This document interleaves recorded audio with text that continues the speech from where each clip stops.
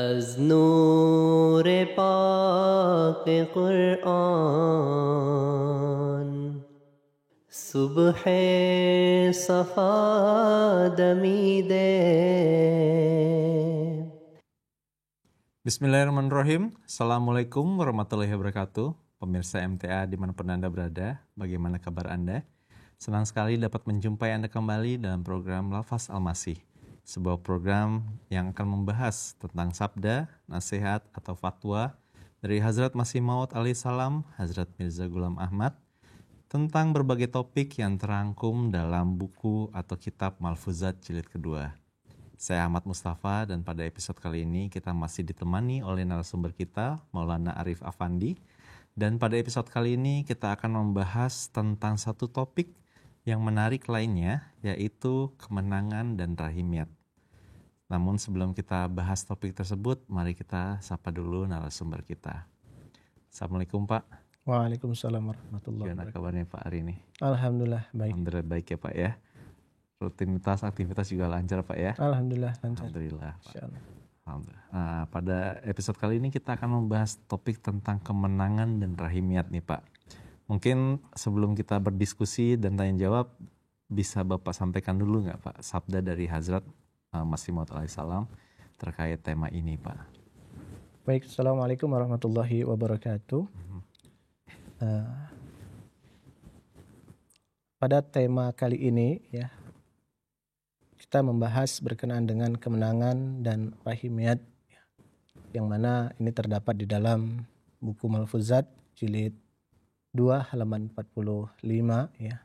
Di sini Hazrat Masih Maud alaihissalam menasihatkan kepada kita semua, yakni Islam itu seperti seorang anak di pangkuan Tuhannya.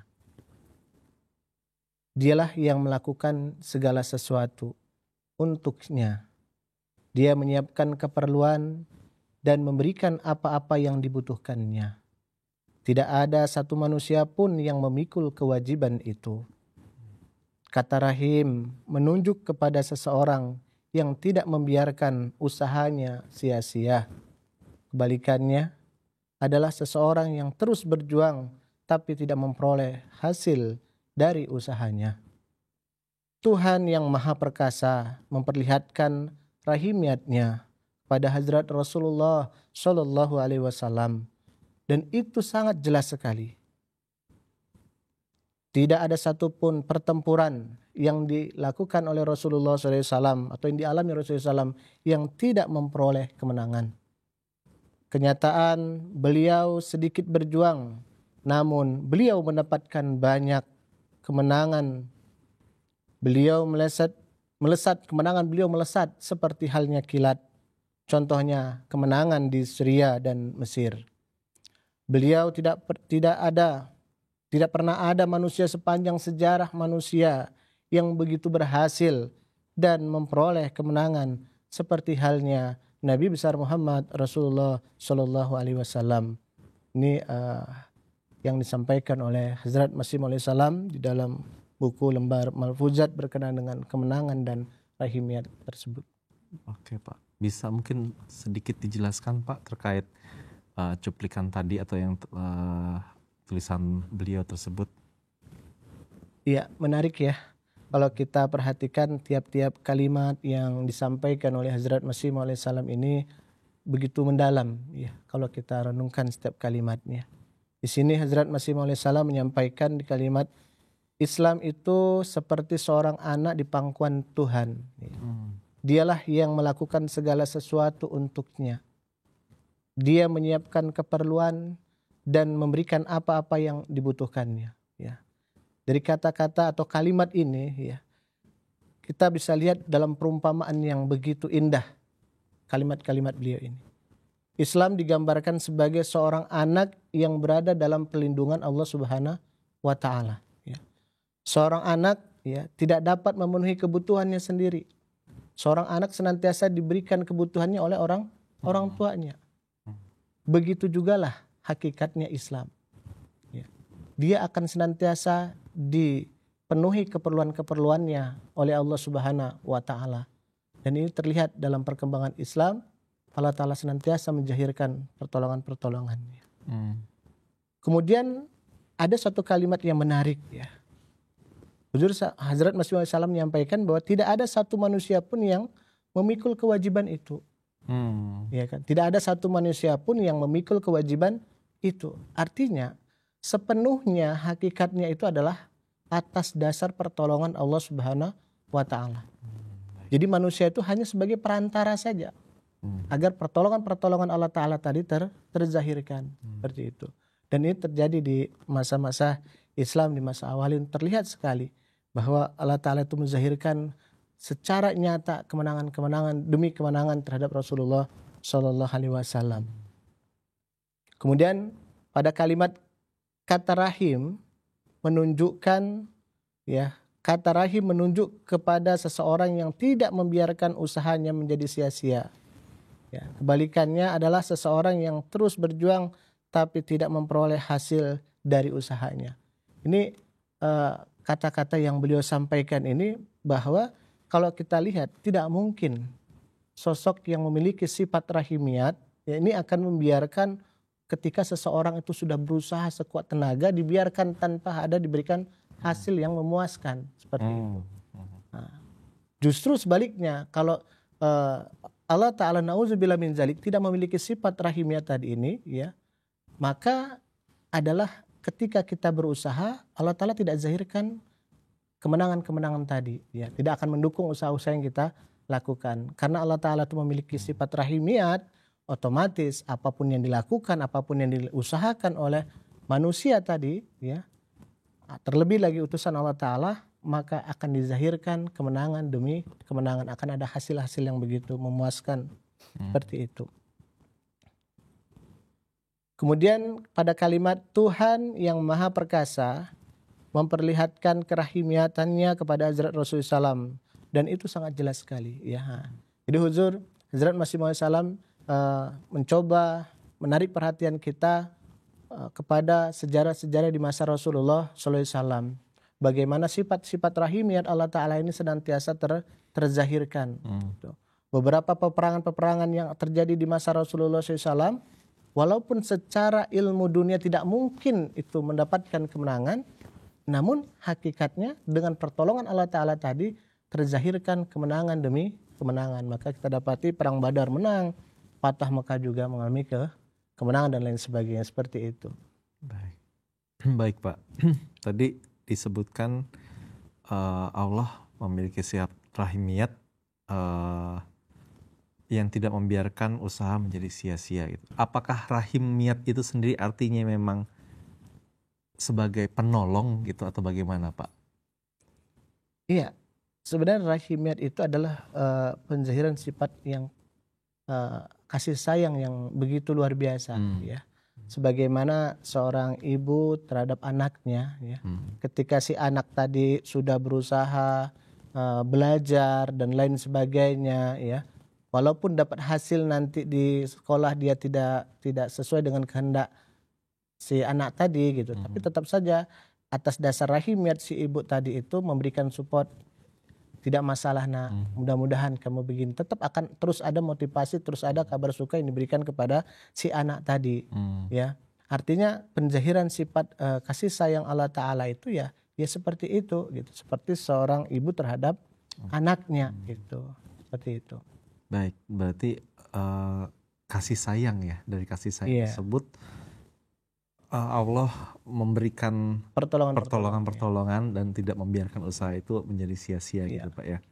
Lalu bagaimana Pak sifat rahimiyat Allah Ta'ala ini tercermin dalam kehidupan Rasulullah gitu Pak?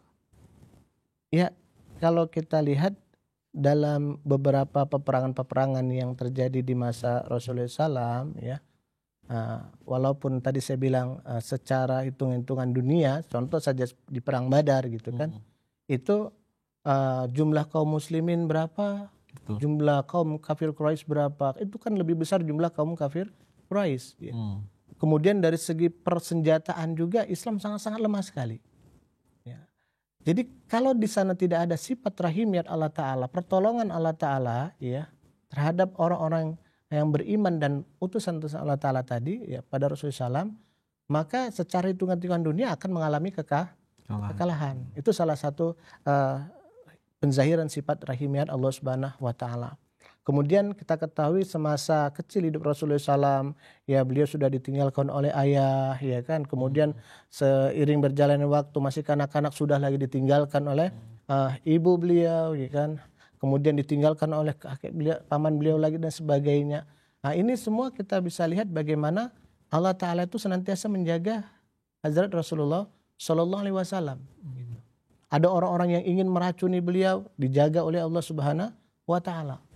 Kemudian fitnah-fitnah yang begitu luar biasa keji terhadap beliau, Allah Ta'ala perlihatkan orang-orang yang memfitnah tadi mengalami kematian yang luar biasa gitu. Baik. Tadi kita bahas tadi perang ya Pak ya, perang-perang atau kemenangan-kemenangan yang diraih oleh Rasulullah. Di tulisan tersebut bahwa disebutkan tidak ada satupun pertempuran yang dialami Rasulullah tanpa kemenangan gitu Pak. Apa yang dapat kita pelajari dari kemenangan beliau tersebut Pak? Iya, kalau kita lihat Hazrat Rasulullah SAW ya, walaupun janji Allah Ta'ala atas kemenangan kepada kaum muslimin itu sudah terang benderang ya, akan tetapi Rasulullah SAW itu tidak pernah lupa untuk berdoa. Ya, bahkan diketahui di dalam satu riwayat Rasulullah SAW itu begitu terseduh-seduh, begitu menangis, begitu luar biasa di dalam sujud. Ya, padahal kita ketahui ya bahwa surga sudah dijamin, kemenangan juga sudah diinikan kepada Rasulullah SAW. Sehingga para sahabat pada waktu itu heran, kenapa ya Rasul? Engkau sampai begitu menangisnya terseduh-seduh, padahal kan kemenangan sudah ditakdirkan atas engkau. Akan tapi Rasulullah SAW menjelaskan bahwa kemenangan tadi ya itu perlu juga kita tarik dengan doa-doa kita. Gitu. Artinya harus ada usaha juga dari kita, selain doa, ikhtiar, usaha-usaha juga harus kita lakukan ya, biar supaya menarik keridhaan Allah Subhanahu wa taala. Dan itu tercermin dalam wujud suci Rasulullah sallallahu alaihi wasallam. Walaupun janji kemenangan itu sudah ada, tetap saja beliau tetap berdoa, tetap sholat, tetap berperang, tetap dan lain sebagainya seperti itu. Tapi sepengetahuan saya Pak, kan ada juga perang-perang yang dimana kaum muslimin ini mengalami kekalahan gitu Pak. Dan mungkin nggak cuma dalam hal perang, mungkin juga ada pernah ada masa-masa di mana Islam juga mengalami kemunduran. Sementara di sini dikatakan bahwa Allah akan menjaga dan menjaga sehingga tidak akan ada usaha yang sia-sia. Nah, kalau Allah menjaga ini, kenapa ada kekalahan dalam perang? Kenapa kemudian Islam mengalami kemunduran? Itu bagaimana Pak penjelasannya Pak? Iya, jadi kalau kita lihat di dalam perjalanan sejarah Rasulullah SAW, maka kita temui bahwa setiap perjalanan, setiap kejadian, setiap peristiwa itu semua ada pelajaran. Oke. Ada pelajaran di dalamnya. Nah, contoh seperti halnya ketika perang Uhud. Perang Uhud ya, yang tadinya kaum muslimin itu sudah ya dikatakan menang lah gitu kan. Namun karena ada beberapa orang yang diamanatkan untuk senantiasa berjaga-jaga di atas bukit ya. Kemudian karena melihat bahwa seolah-olah kemenangan sudah zahir, sudah selesai gitu kan. Akhirnya meniadakan nilai-nilai ketaatan lagi gitu kan, merasa sudah menang. Jadi akhirnya yang tadinya mau mendapatkan kemenangan ditunda oleh Allah Subhanahu wa taala gitu. Nah, artinya kemunduran umat Islam ya ini, walaupun Islam itu agama yang sempurna dan dijamin oleh Allah Ta'ala, namun ketika umat Islam itu sendiri tidak memiliki nilai-nilai ketaatan kepada Rasulullah SAW, maka ini akan membawa umat Islam itu dalam jurang-jurang kehancuran.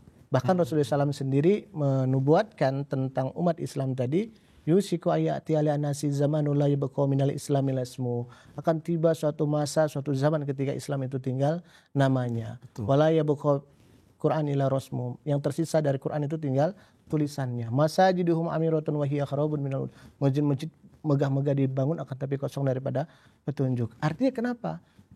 Karena tidak lagi menaati Rasulullah SAW. Oleh karena itu perlulah sosok yang kedatangannya itu dijanjikan oleh Rasulullah SAW untuk mengembalikan nilai-nilai ketaatan tadi. Siapa Rasulullah SAW janjikan di akhir zaman akan datang, yaitu Imam Mahdi. Dan semua kalangan di Islam, ulama-ulama sepakat bahwa untuk mengembalikan nilai-nilai ketaatan tadi itu melalui datangnya Imam Mahdi tadi. Karena beliau mencerminkan kecintaan sejati yang luar biasa terhadap Rasulullah Shallallahu Alaihi Wasallam. Gitu. Baik, berarti juga walaupun tadi juga kemenangan sudah dijanjikan, tapi juga harus ada ikhtiar ya Pak ya. Ada usaha. Tadi juga Rasulullah walaupun sudah menang tapi tetap berdoa, tetap sholat dan lain sebagainya gitu Pak ya.